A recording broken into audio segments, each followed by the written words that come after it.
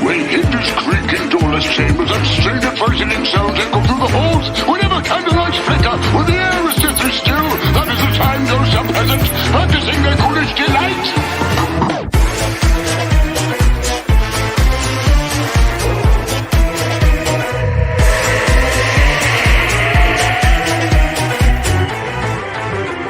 When cryptos creak and tombstones quake, spoons come out for a swinging wake.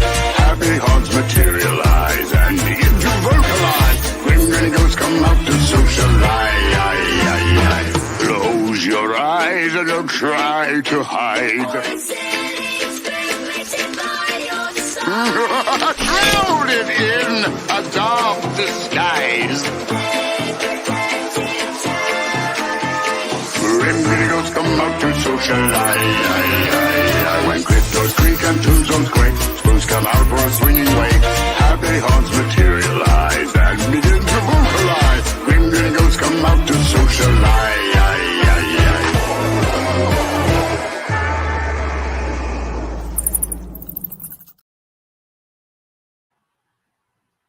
What is up, everybody?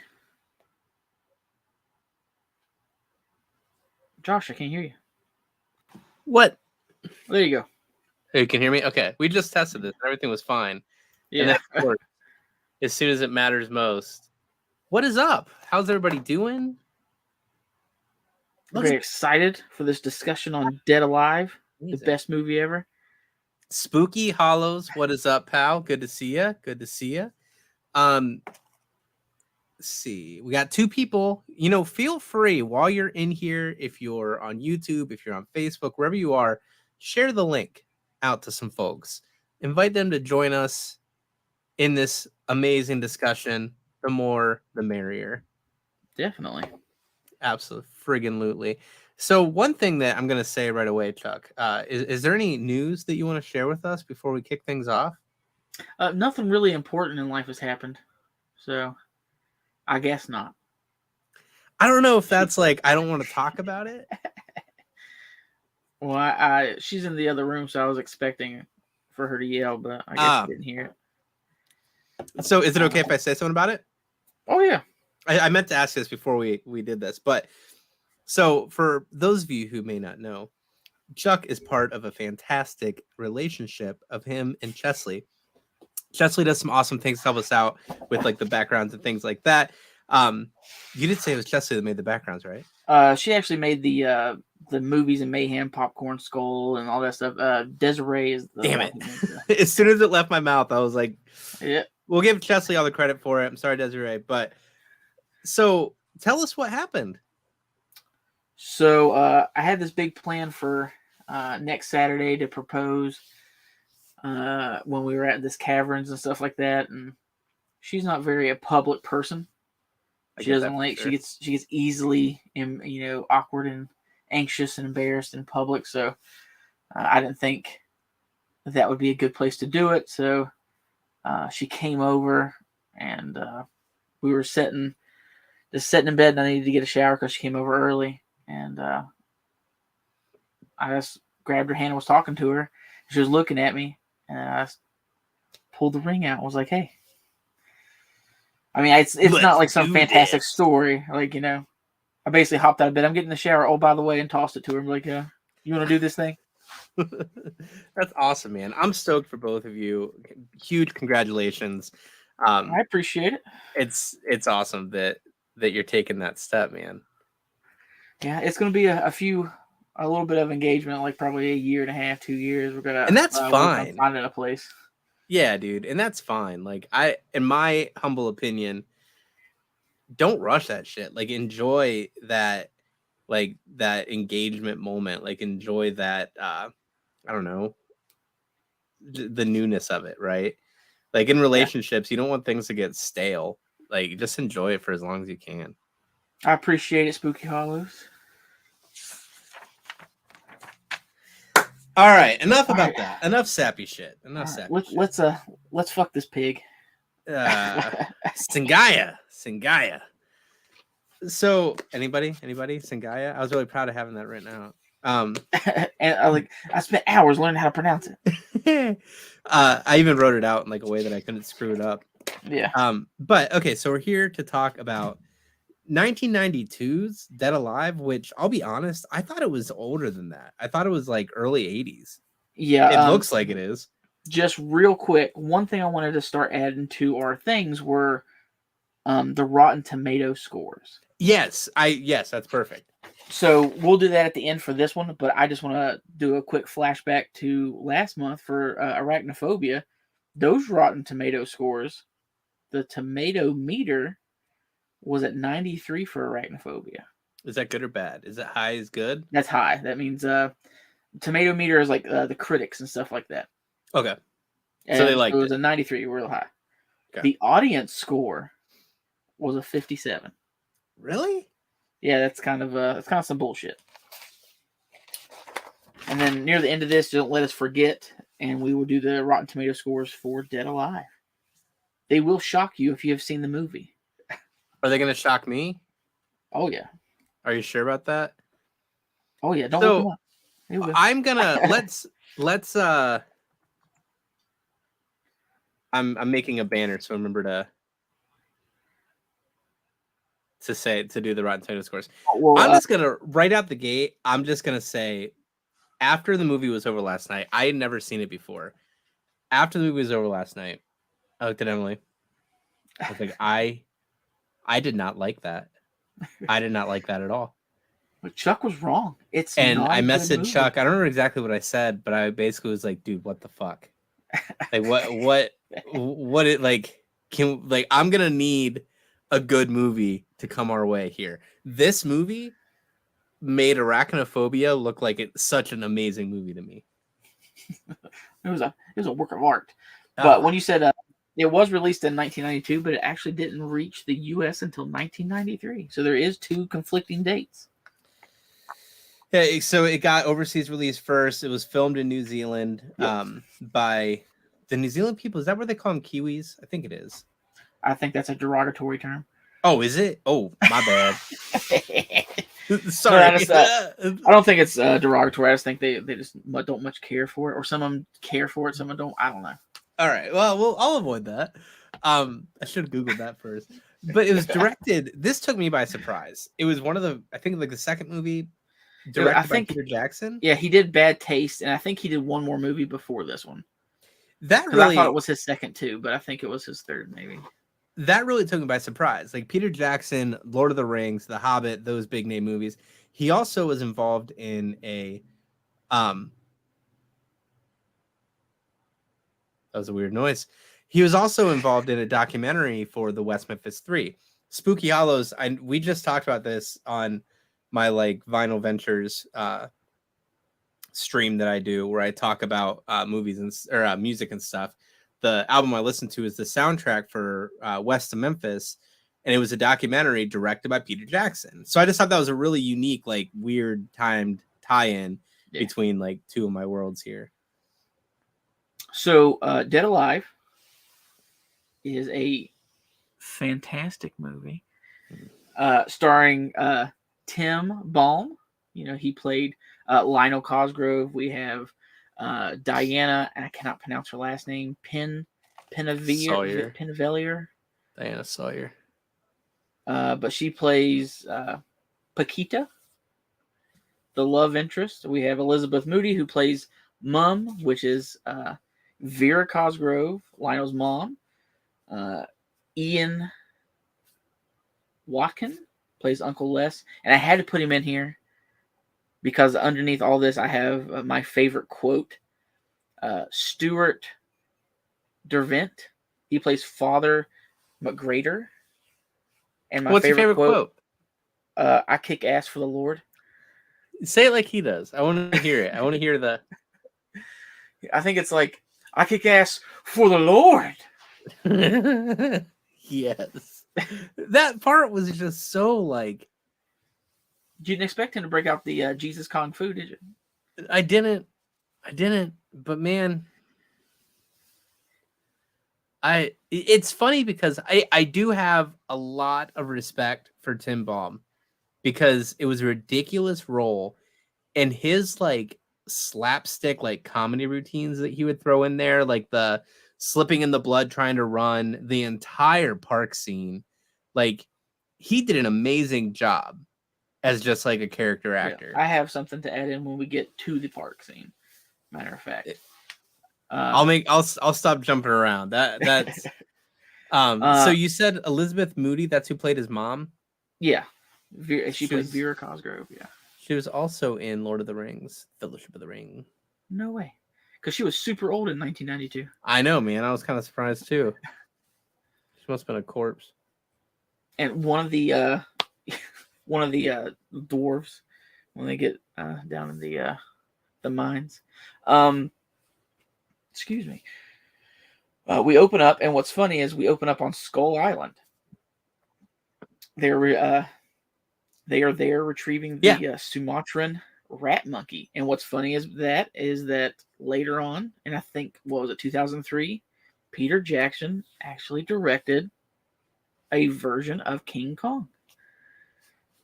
No, yeah, that's a good point. I didn't think of that. That's a good connection.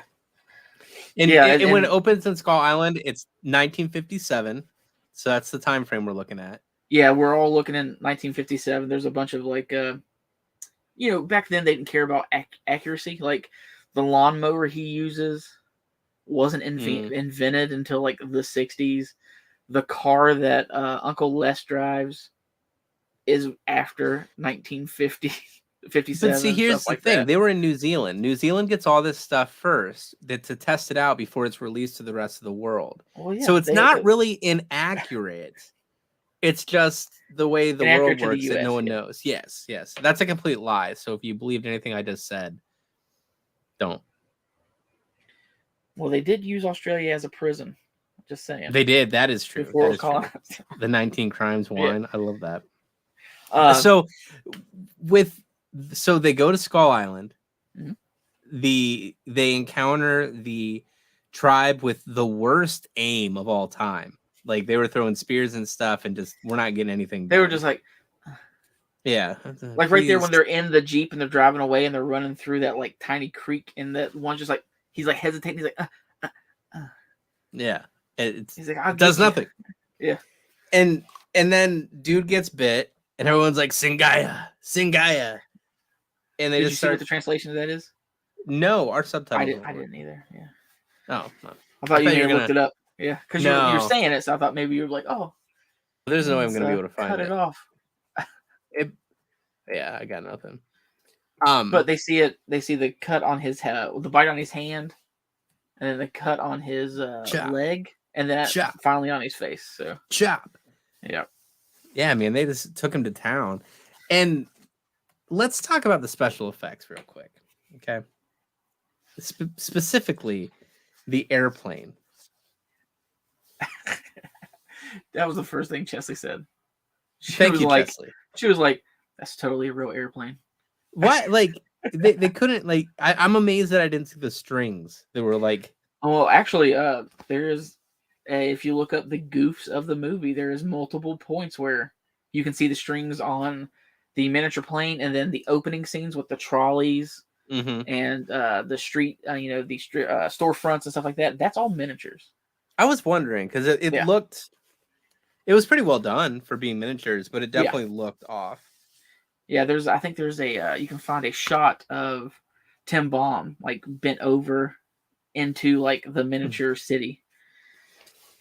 Dude, he was so nice. He was such a nice person. See, I'm jealous. Like you didn't like the movie, I love it, and you got to meet him. I feel like that should have been the saving grace. Is what a nice person he was. Would have maybe liked the movie more. And I tried to like it. I really did. Yeah. And if it wasn't for this discussion right here, there's no way I wouldn't have been able to finish it. I know. Well, at least this gave you something. So it gave me something. Heartburn. Spooky. Yeah. They use miniatures like the cabin. I'm pretty sure it was in 2. They used that was all a miniature and stuff. Like a lot of the outside shots were miniatures. So we get on the plane. We fly to New Zealand. That's where the little monkey has to go. You don't see the monkey yet. You just know he's in. They save the rat reveal. monkey. Yeah, they saved the rat monkey reveal for perfect timing. But then you get to meet the love interest. You get to meet Lionel's Chesley.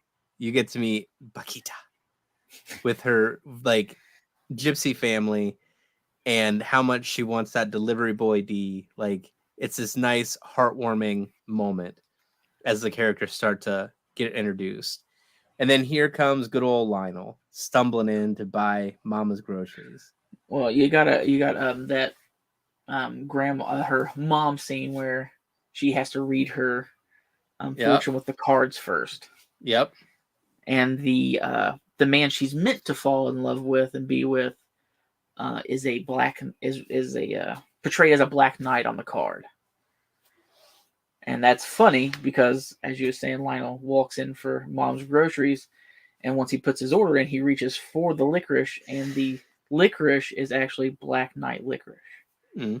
So, which I love black licorice, so it made me happy. Oh, you were just a monster, dude.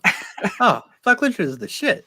So I hate any form of licorice. Now, a Twizzler is okay. How's that different? That's licorice. I know that. That's why I said like a Twizzler isn't bad, but black licorice, no. Okay. No okay. Do you like what is that stuff they eat in Australia? That smear, like that, like peanut butter stuff. It's in the. I've never tried it. Vegemite. I've never tried it. I don't want to. It sounds terrible. It's a yeast extract or whatever, and it's like super salty, is what. Really? Nah, I've never. So he comes in, he knocks over the licorice, and they fall in love. And he's awkward. Like she got the clues from. Was it her mom or her grandma? It's her mom and dad is who they're supposed to be, but they're like way older than what they need to be. Her mom and dad like are basically saying like, "Yo, you're not gonna get the delivery D. You got to settle for the Lionel Express." And she's ready. She's ready to hop aboard that train to Lovetown. He drops off the order and goes home to Mama. Yeah, he's clueless. He is so clueless. Yeah, it's adorable. She wants that D. And so my first thought, I wrote it down, but I was like, why did he's such a mama's boy? Like he's so worried about getting in trouble with his mom all the time. You can already tell. And he's just gonna leave the groceries. He didn't bring them home. Like, what's the deal? So obviously then it shows her bringing the groceries to his home instead of her brother, and just like setting that we're going to be romantically involved whether you like it or not. It's like you're mine. There's nothing you're to say. Now.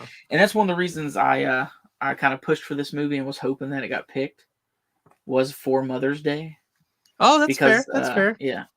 His mother has such a heavy influence through the whole movie. So I thought that was a good way to go. No, that's very fair. Yeah, because his mom is really like the character, especially with, I mean, they're not dead. They're just kind of. They're dead alive. What was the line? They're not dead. They're just kind of. There's the zoom. So she not tricks Lionel into taking her on a date. Tricks isn't the right word, but she uses her power of persuasion to seduce him into taking her to the. And as awkward as he is, he's like, "What? Huh? Oh!" And then he's like, "I guess we're going on a date." But he gets freshened up, like parts his hair, gets all nice and snazzy. After his mom is like glaring out the window, like, "Don't do it, Lionel. Don't go with that sultry smut." Yeah, because even though, as much as he is a mama's boy, she is an extreme attention seeker. Like, she cannot have his attention taken away from her at all. And it's very relevant as like, oh, you can't leave me, I need help. Oh.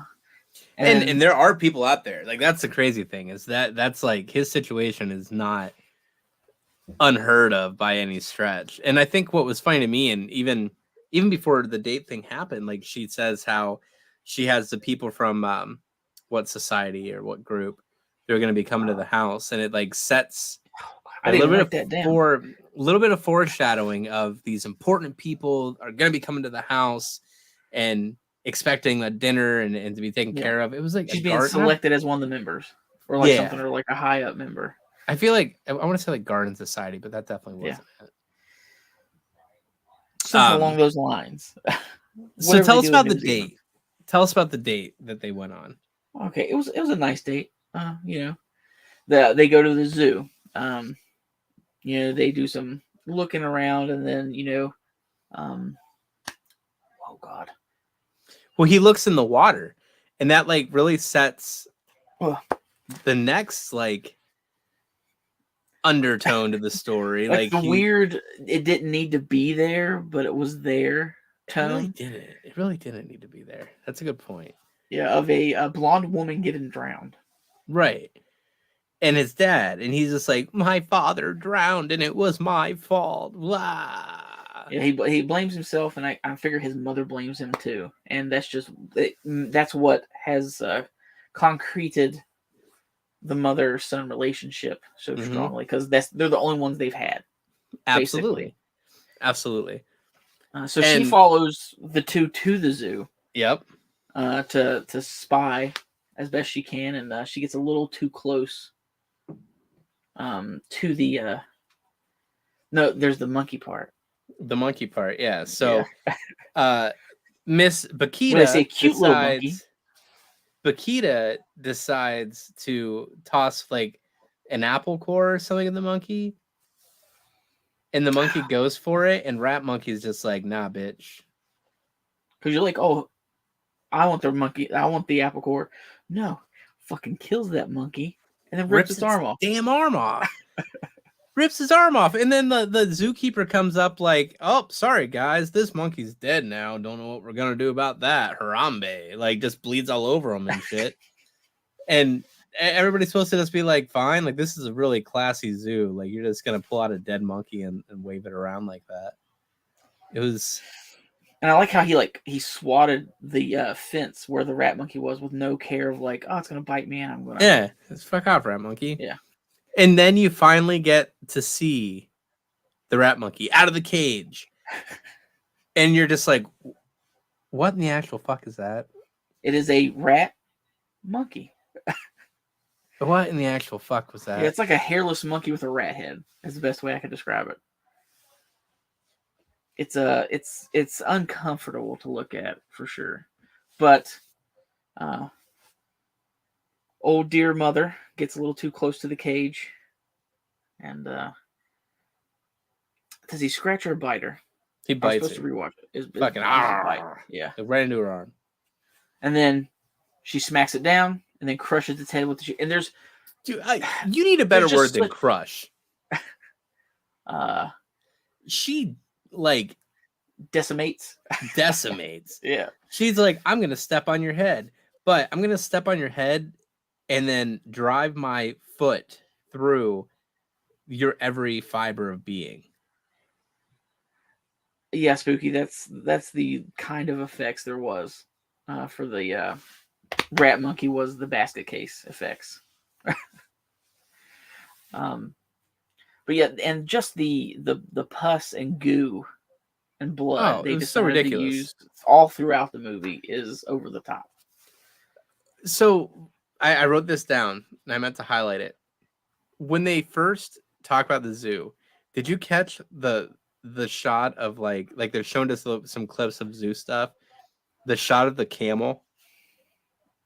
No. Like, dude, next time you watch it, look for the camel. It's like foaming at the mouth, and the camera comes over, and it's just like, rah, and then it's gone. And then it's like right after that is when the water scene hits. And then they take mother to the hospital to get Yeah, they take it to a doctor to get bandaged up, or a nurse comes to the home and bandages her up. Because apparently they're loaded. I don't know where they get this money from. They have a very large, nice home. Apparently they have a, It's a really nice home. It is a nice home. So nurse comes, bandages her up, says, "Hey, I'll be back in a few days to check on it." So on and so forth. and Mama they take goes to Mother to bed. Yeah. Mama goes to bed, and Lionel goes outside and sees the fucking Paquita's there for that D again.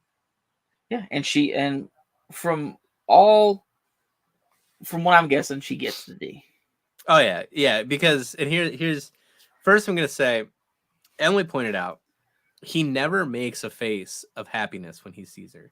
Yeah. He's never like, "Oh, Paquita." It's always, "Oh, you bitch." Ugh.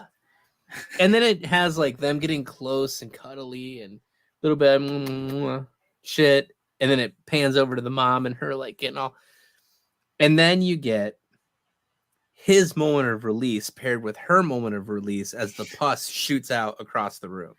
And he's all like, "Too soon, my bad." And Mama's all like, "It's all over my wall, my bad."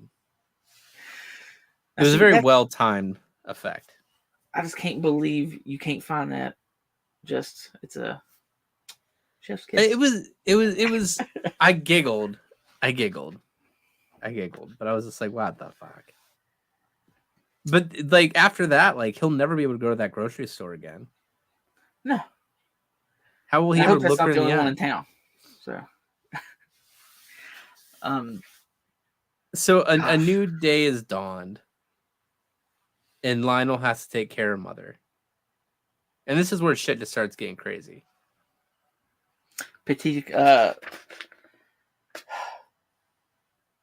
His love interest, because I'll mess it up if I try to say it. Paquita. Yeah, Paquita. I almost said it, and then I'm like, oh, that's not right, but that is right. Comes over with her trusty companion that's been with her on multiple visits. Her dog, but Mom's a little hungry for more than anything else. That was even before that, though. The guest showed up. Oh yeah. So I watched. I'm okay. This is me coming out of like the weird pain days of the whole kidney stone stuff from the hospital. So yeah, that's when I watched it. As I showed it to Chesley, I think it was a Tuesday, and I was still. It was pretty rough still. so it's a little fuzzy still. It was. He goes to take care of his mom. She's not doing too hot. He's gonna take her to the hospital. She doesn't want him to. She wants him to take care of her. And I mean, she's just like falling apart. And then there's knocks at the door, and it's those people coming to have that dinner with them. So she's trying to get ready. She slices her face. It like droops down, and he uses like liquid Band-Aid to put it back together and gets her downstairs so he can serve. Oh, they didn't have liquid Band-Aid in 1956. That was super glue. Oh, was it a straight up super glue? Okay. It was like a weird super glue pulled out of her face back together. Okay. Super glues her face back together. And he's like, "Let's go have some dinner. Let's eat." And right around here is that scene where I don't know if it's before the guests sit down or after. He's cleaning up, like it looks like blood or shit all over the floor, footprints. I didn't catch that. Well, he's like cleaning the floor, and the doorbell rings. He goes upstairs, and when he comes back down, there's nothing on the floor. That was one of those mistakes of like continuity of like, oh, we forgot it was dirty. There's one that I gotta remember to say. Okay, I like highlighted it and like lined it, so I gotta remember to call it out. So you're like, okay, when we get here, I feel like I missed a scene, to be honest. So they're gonna have a jumbled mess. Who knows? They're like dinner together, and they're gonna show off like their home, and they really just want to impress these people so she can be a member of the club, right? But she can't talk. She's just like, rawr, as they're trying to eat. Like she takes food off the woman's plate, and that woman's all creeped out. The man's just like, he's cool about it. He just wants to eat. Like he wants more beans. Yeah, that's what he's down to do. And after they have a nice full meal, you can't live without dessert. What? No pudding? Yes, I think it's custard. Yep, the man says, "What? No pudding?" Because he's mad that they're getting kicked out without dessert, and Lionel's like, "Oh shit," and comes back in with the custard. And we were eating at this moment. Oh no! Yeah, I told her, I was like, "Listen," I said, "if you get grossed out by anything while you're eating," I said, "you need to hurry up and eat before we get to this part." And so he's enjoying his custard and just about how, oh, there's nothing better than just pus, just right into it. the custard, and he just slurps it up and compliments it. Like, it's so creamy. It's like the donut scene in Van Wilder. There you go. It is he's so happy about it. And then finally, like one of the iconic scenes, her ear falls off into her pudding, and she's just like fucking happy town eating it. She doesn't eat the earring itself, but her ear. Yeah, she spits it out. Oh yeah. And just a dumb note of like the continuity type things is when it falls down, it's earring down. Like it falls down and it starts to sink. Whenever the scene switches back, it's ear up. So you can visibly see it's an ear with the earring out and stuff like that. So whenever she looks over and sees that, she's about to eat the ear. Yeah. But she eats it. She's fine by it. She fucking... And a lot... Like, that table saw a lot during this movie. Saw a lot of action. Oh, yeah. Ugh. So, the woman and her husband, like, he's stoked. Like, he had a great meal. He's happy to hit the road. But the woman is just, like, grossed out because she saw everything as it was happening. They get ushered out of the house. And then Paquita is back. She's like, I'm not some dirty one-night stand. You are going to continue talking to me whether you like it or not. I work at the only grocery store in town. And she has her You're not going to get your potatoes for anywhere else. Damn right. All right, I didn't touch my screen, and it froze out on me. Oh, yeah, mine kept doing that, too.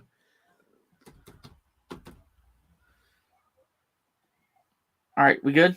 We're good. We didn't lose you. You didn't get... We had some technical difficulties. Okay, and this is where I jump to with the... Let's hear it. That, you ate my dog. Your mother ate Not my all of dog. God. And just gross. Him pulling, just that huge section of dog out of her like throat and gullet, and you could just see it. And then you look over, he says, and I'm sitting there with Cujo. I'm sitting there with Cujo, like, buddy, don't watch this. It's like, because you're not big enough. It would just be one snack for her, and that'd be it. Now it gets really fuzzy for me. It's been such a long time, and like I said, pain. So he puts her to bed, and it's like go through here. He puts her to bed, and they call the doctor, I believe, but all of a sudden she's dead. And it's like, so what killed her? Was it the dog? Was it eating her own ear? Like, what happened? And they finally get the nurse there, and Paquita is like running around the house, like trying to figure out what's going on. There's a radio playing, so she's hearing stuff on the radio and thinking it's Lionel talking to his mom. And Lionel's like trying to get the nurse to do her job. And that's when she bites the nurse, and like he has to attack the nurse because she's attacking him, and he gets him locked in the basement. Does that line up? Yes. So he gets him locked in the basement, and Paquita is trying to get her stuff together for the hospital. And she's like, is it a green toothbrush or the white toothbrush? Which one's your mom's? And when she comes downstairs looking for his mom, he's like, oh, we got her in the backseat of the car and they took off. So he explains to her that his mom's already gone in the hospital, whatever. And that kind of ends that scene. And the next thing you know, he's trying to hunt down tranquilizers. So he goes he goes to that vet, and you have this like Nazi like dude working there. Because like there's the like he plays off like, I'm not a Nazi, and then when he gives him the tranquilizers, you see on his sleeve like the swastika. I didn't know there was a logo there, and the texture creeped me out. It has the swastika. Is it one of mine? Sleeve. Yeah, I was like, what is that? Jerk Clothing Company. And he gives him the tranquilizers. Lionel goes home, doesn't inject the nurse. He like puts the thing up her nose and doesn't inject her. And then Paquita, like he goes down to the store to see Paquita, and she's happy to see him. How is she happy to see him? His mom ate her fucking dog. she should hate his guts. But no, Yeah, we never she's hear about that like, dog again. Like there's no like no, yeah. how? If I don't see Cujo for a day, I'm like sad. And dude's mom ate your dog, and you're just like, it's cool, it's fine. Hey, What up, it's in the cards, okay? So this is where I got confused. So he like plays off, mom's still in the hospital, and then all of a sudden here comes zombie mom, like wandering down through town, stops in front of like the train car, Trolley. the trolley, and just gets slammed and flies through the window. And he's just like, oh, she's dead. Yeah. And then did I miss something, or does it go straight from that to the funeral? It goes straight from that to the funeral. And like her and like they're trying to set up like the whole funeral and all that, and then you got Uncle Les comes. Uncle Les comes, yeah. Terrible uncle. Yeah. And another, you'll love this. I wrote this down. Another eating coroner, because he had the sandwich on mom's chest. Yeah. And I have it written down. Where's that? Whenever you see that corner that's eating and stuff like that, and the one that's runs in when they're trying to pump, and she's going all crazy with the pumps, and her body's freaking out. The assistant that is eating and looks all weird is Peter Jackson. I knew he was in there somewhere, but I couldn't remember what it was. Yeah. Okay. That makes sense. Yeah. He sneaks himself in there sometimes. The preacher really reminded me of Bruce Campbell. Like that would have been a cool role to see Bruce Campbell too. And go ahead. Well, what was weird too, they talk about it, is like those people that came to his home earlier for the dinner and the garden party interview acted like they had never met before. Right. But they speak about Lionel and his mother and how, what's he going to do without her? They're inseparable, stuff like that. And like they knew the family for years. But there's something else that's said later on about Lionel that almost makes it seem like it's just that small town where everybody knows everybody's business. Yeah, it's like we never met, but you've heard about Lionel. Yeah. You know what he does to cats. Simple Lionel up there with his mom in that big empty house. Licking the lead paint off the wall. Oh, God. Poor kid. And mom won't stay dead. He keeps injecting her with the he tries to sneak tranquilizer. They hit her one more time with some tranquilizer, and I forget what the preacher says, but it lines up right when he says it was when her fist comes through that coffin. And then they tussle.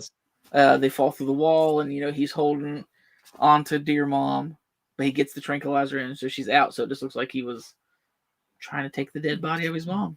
Grieving. He was just grieving. Yeah. So they get her buried. He comes back that night. He comes back to dig her up, right? Knowing that she's not really dead. Yeah. Comes back to dig her up, and you get the famous line. Like the bullies are in the graveyard, and they're fucking with him. And the bully goes over to pee.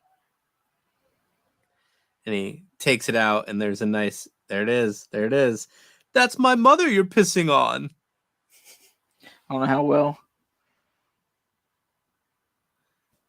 I forgot that it was signed with that because it was originally supposed to be Party's Over, but I emailed and I was like, I messed up. Can you please, like, if it's possible, do this instead? And they did. I can't believe that they did. I'm so glad. And it looks amazing. That is a huge glare because of that light, but it does look great. Yeah. I like the other one better though. Yeah, I got the bigger one to break out when we get to that scene. Oh yeah. I haven't set in here ready. Perfect. And they also reference zombies in that scene. Like they make it clear like she's a zombie. And you don't normally get that in zombie movies where they know what a zombie is. Yeah, like they always have some kind of other name for them or whatever like that. Or like in Shaun of the Dead, they knew they were zombies, and they're like, it's on. This is going to be fun because But you have I Kick Ass for the Lord, Kung Fu. What is he? He's a father. And that's when a few of the guys get bit. All the bullies get bit somehow or infected, but the preacher takes out 2 of them, except for the head bully, which pissed on Mom's grave, and he ends up bringing him back. Him and the father back, because the father gets bitten too. Yep. Kicks They ass bring for the both Lord, back, gets bitten for Satan. They bring them all back to the house, lock them in the basement. They try to have a nice civil dinner at the table with Lionel and his new zombie family. And he does pretty good. Like, he's really trying to, like, keep everybody calm and take care of them. And he's feeding them and shit. I really like the father has eyes for the nurse. He does. I really liked the spoon through the back of his own head scene, though. Like, use the spoon. Bah. But yeah, so the father has eyes for the nurse, and things get a little cray when the uncle shows up and Lionel gets distracted. Yeah, there was a really good scene too where the nurse's neck, her whole head was peeled back. So every time she was eating the custard, it was coming through her neck and pouring out. Mm-hmm. So Lionel pulls it back like the lid of a trash can and just kind of bloop. And then we have Uncle shows up. Everybody's in the basement. The father and the nurse end up having relations. They do, which it's funny because like throughout most of this, I was wondering when that was going to happen because I knew that I'd seen. I'll wait till we get there. Yeah, but that all happens very quickly, and apparently, whatever infection they have that make them what they are causes conception, growth, and birth within hours or days. Right. I don't know, because there's not a really good set of time of like how much time passes. Absolutely.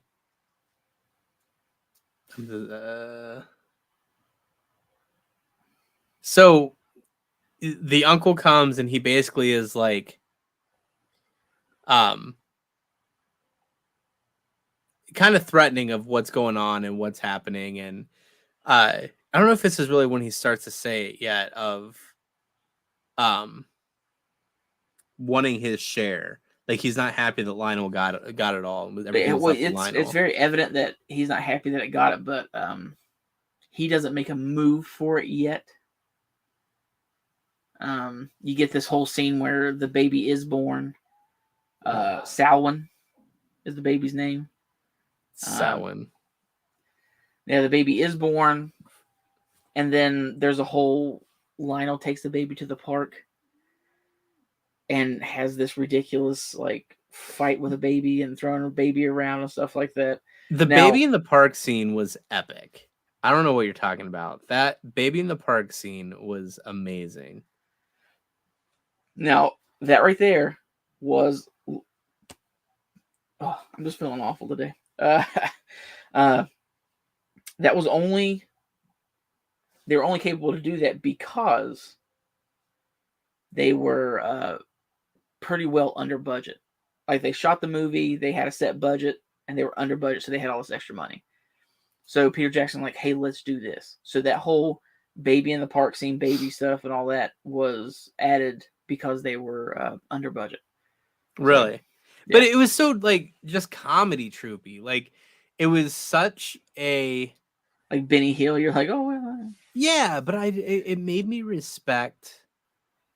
It made me respect Baum so much because I feel like he played it off really well. Like he did a great job with like that fake baby weird shit. Like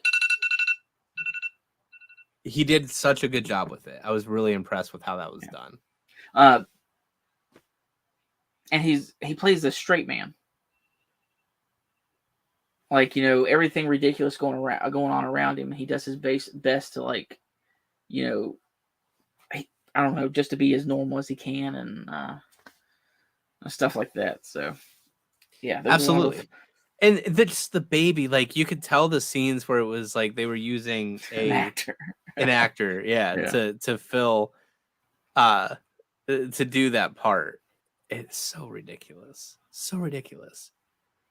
All right, we got 15 minutes. We want to keep this under an hour. So we gotta blow through this. The baby scene I thought was fantastic, or like the park scene I thought was the homeless park hobo that jumps up. One of my notes I took for it was they grow up so fast just because of how big it's going. Yeah. Let's see what else I got here. So when they go back to the house and he has him in the basement, he gets caught with them. The uncle comes and he's gonna throw a party. He has that scene where like he catches Lionel and what he's doing, right? And that's when he's like, "I want the house and the inheritance," or I'm calling like he had the cops on the phone, and so that's like, okay. He talks him into it. Yeah, he's like, "Oh, fine, whatever, you can have it," and so he hangs up, and that's when he's like, "I'm throwing a shindig." So he invites all of his friends. Everyone's coming to hang out, and Lionel's tasked with killing them. Like he has to go to the basement and kill them all, right? Yeah, he uses a poison that's not meant for humans, is what the label eventually says. Eventually, I thought that the vice grip with the garden hoe, I thought that was sick. I thought that was a really cool scene. It was just such a random, weird one. I thought that was really well done. Yeah, no matter. And then, the I guess we can call them zombies. Get out after he tries to poison. It doesn't work. He buries them. They get loose, starts biting people, and then the craziest combination of shit happens. Chesley really loved that. She's like, I guess for its campiness and B moviness, she really enjoyed like the kills and just how things were. Like she really loved the woman that has the light bulb in her mouth. Yeah, like that one was cool. Like that. You can just see her in the background the whole time. Yeah. And like nothing ever happens, and she's just in the background the whole time until she catches on fire. I thought that was great. I even have that written down. Light bulb head. Yeah. So what was with the basement floor? That part of it was cement, and then that one convenient area was dirt. I don't know. I guess that's just how they built it. Just saying. Yeah. So yeah, they all take over the house, and it's just like a shit show from there on out.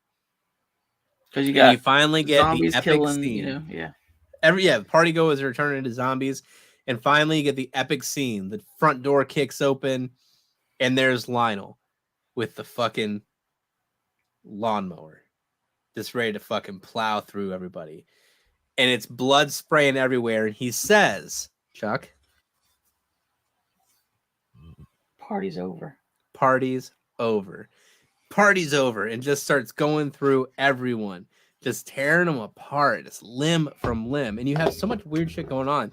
The babies running around like causing chaos. You have like the weird innards of that one zombie crawling over the house. Lionel gets up to the attic, and the one zombie you're not seeing so far is his mom. But Lionel gets up to the attic and he finds this box and the little key that he was given from the holy relic that's keeping him safe. The holy relic keeping him safe. He has that. It points to the box and he flips it open and he's like, "Oh shit, that's a skeleton." And it's his father. It's the mistress of his father. Oh, was it the mistress? Yeah. Okay. Because she kind of looks like Marilyn Monroe a little bit, like the white dress, the blonde hair. And if you recall, the uncle does say when the party is starting that the dad was kind of a cooch hound. He was getting it. Yeah, because the noises in the preacher and the nurse and the uncle was like, "Oh, is that the one with the donkey? You found your dad's old movies, huh? Is that the one with the donkey?" It's like, what the fuck, dude? What the fuck? So he finds the body and it triggers the real memories of his mom drowning his father and his mistress in the bathtub while he watched. Yeah, whenever you see her do it and she's doing it, and you're like, okay. And then when it pans over and he's just standing there watching, Chester was like, "Oh."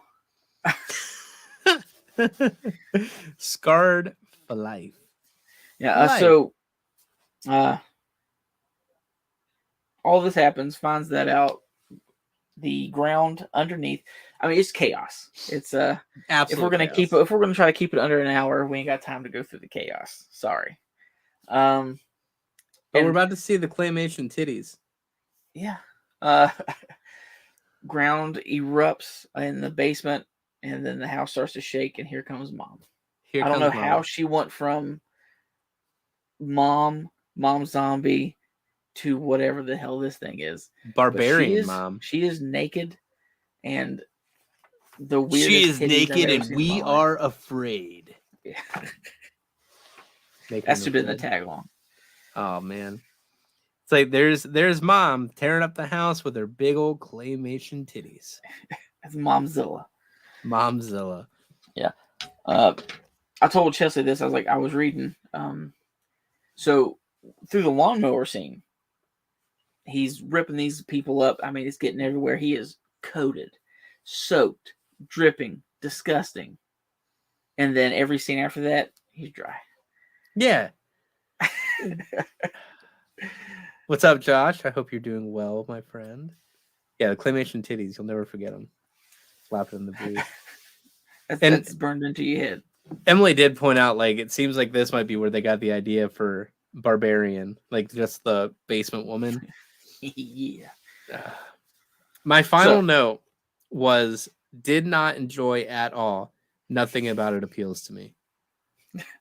But you were so happy about the claymation titties. The claymation titties. So they get to the roof. And in some symbolic way, Lionel is reintroduced into his mother, taken back into the womb. Taken back into the womb. And then he uses that necklace that his new lady love gave him to hack his way out. And basically, he's cutting the cord to Mom to become his own person. Is how I see it. Yeah. Yep. Yeah, dude. It was terrible. House is burning down this whole time. Caves in, burns Mom. I'm surprised it wasn't one of those scenes. I forget what movie it was, where the end of Halloween 2018, beginning of Halloween Kills, where Laurie's screaming "Let it burn." Oh yeah, yeah. I'm surprised he wasn't saying that to them, like just let it go, so to make sure there's no people in there. He needs that insurance money though. Now that he gave everything to his uncle. The end. $3 million. You look at that and you're like, you spent $3 million on that? Are you fucking kidding me? It didn't gross that well either. No, I do believe because it was gross. Nothing. Hey. But again, it gave me a lot of respect for Tim Baum. Like he didn't really have was that his first movie? I know he doesn't have a whole lot of credits, but it might have been his first gig. Because the only thing I've ever seen him in is this, of course, and then there was a series in New Zealand that you might be able to still find on Netflix, maybe Amazon, called The Almighty Johnsons. And they play reincarnation. How would you say it? Reincarnated versions of Norse gods, and he plays like the hunter game god. So he wins at everything he tries and stuff like that. But he is an okay looking fella, I guess, as Lionel. But if you would see him now, he's a handsome fella. Yeah, dude. He's cool as hell. He was so nice. Like the way that he talked, like he remembered me throughout the weekend. Like he was so nice. He came to the VIP little shindig they had and just wanted a damn Guinness, and no one would let him cut him in line because we were all like, "You said there'd be food," but he was so nice. I have notes here for they used 300 liters of fake blood just in the final scene. Yes, tons of fake blood. And then I have the kill count. I tried to do the kill count. I didn't count. And I didn't write down each one like I did for Arachnophobia. When we do smaller movies, I will, but this is kind of especially with that last scene. Yeah. So I went to a different source, and they counted the animals and everything. So I'm going to say probably around 130 some people was decimated. I had 10. That's where I stopped. As soon as the party started, I was like, "Fuck it, I'm done." Because they have Lionel one just in the monkey, lawnmower. yeah, Was like 40 some. one monkey, one rat monkey, and one dog. There you go. I also have the note because I was like, listen, I have to take a note of this because it happens so many times. Uncle Les, 5 groin shots. Oh yeah, that's a good count. He really did take him to the groin a lot. Yeah. All right. It seems like you want to get to the Rotten Tomato score. I didn't mean to kick it off so early. I'm sorry. You're good. Because we're approaching that time.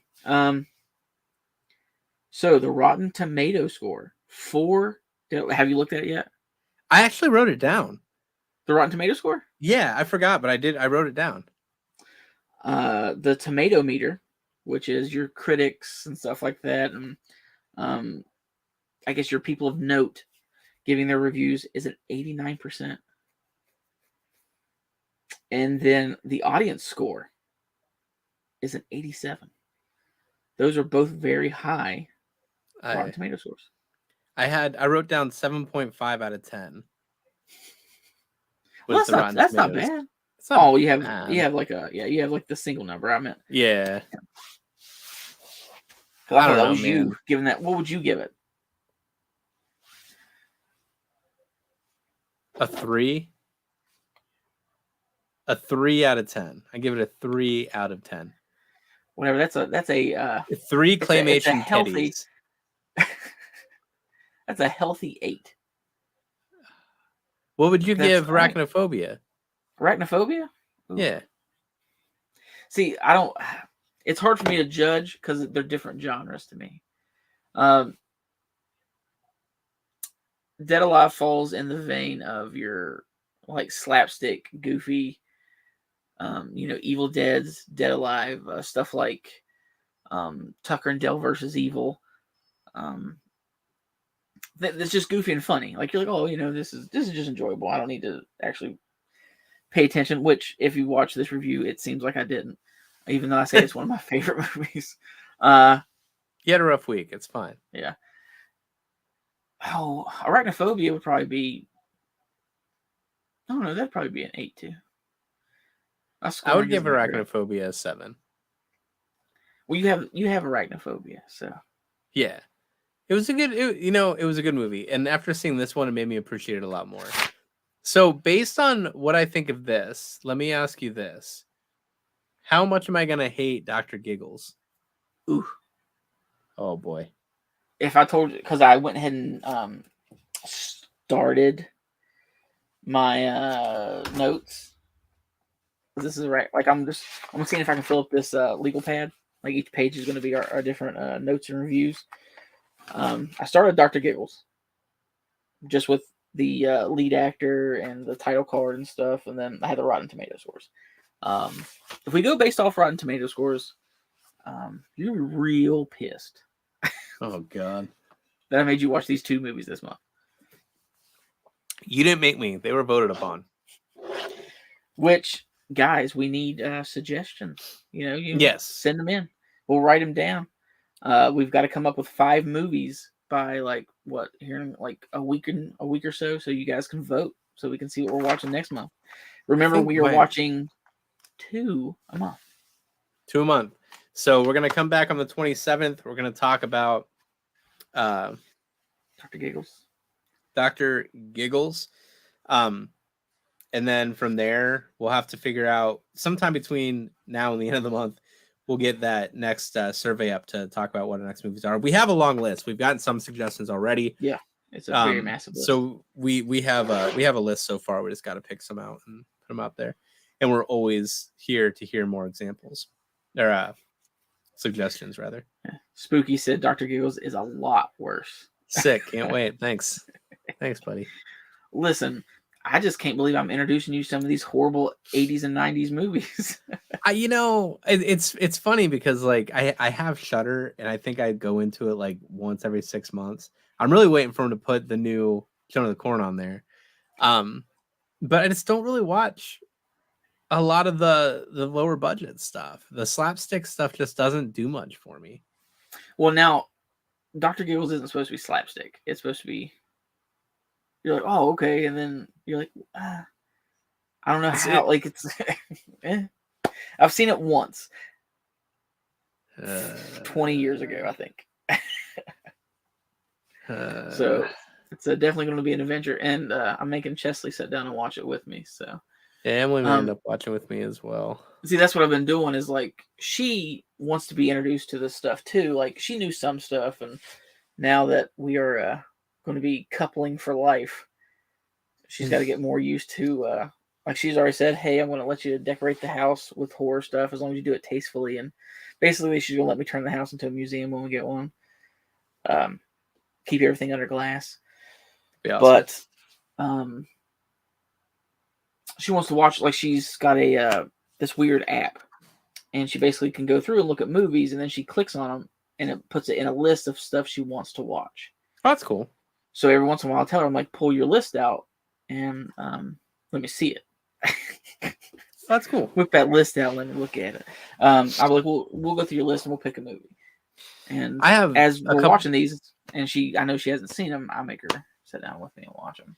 So I have a couple scratch off things, posters that have like the top horror and top movies, but I always forget to look and see. I bet Arachnophobia is on there. I don't know. This one might be actually. Yeah, what I've heard about the new Children of the Corn is that it is god awful. Oh yeah, absolutely. I don't expect it to be good at all. But that's one set like I really want to get just all of them and just binge them at some point. Just one after the other, back to back, full weekend, nothing but that and pizza. Yeah, I think I have 1 through 4 or 5 somewhere around here. And there's what, like 6? There's a lot. It got out of hand. It was one of those Hellraiser situations. Really?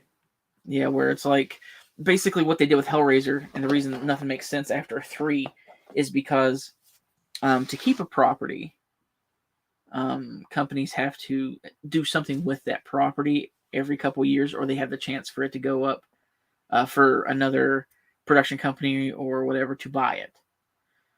So they'll take scripts that have nothing to do with the actual franchise and just stick Pinhead in it, or stick, we need to do something with Children of the Corn.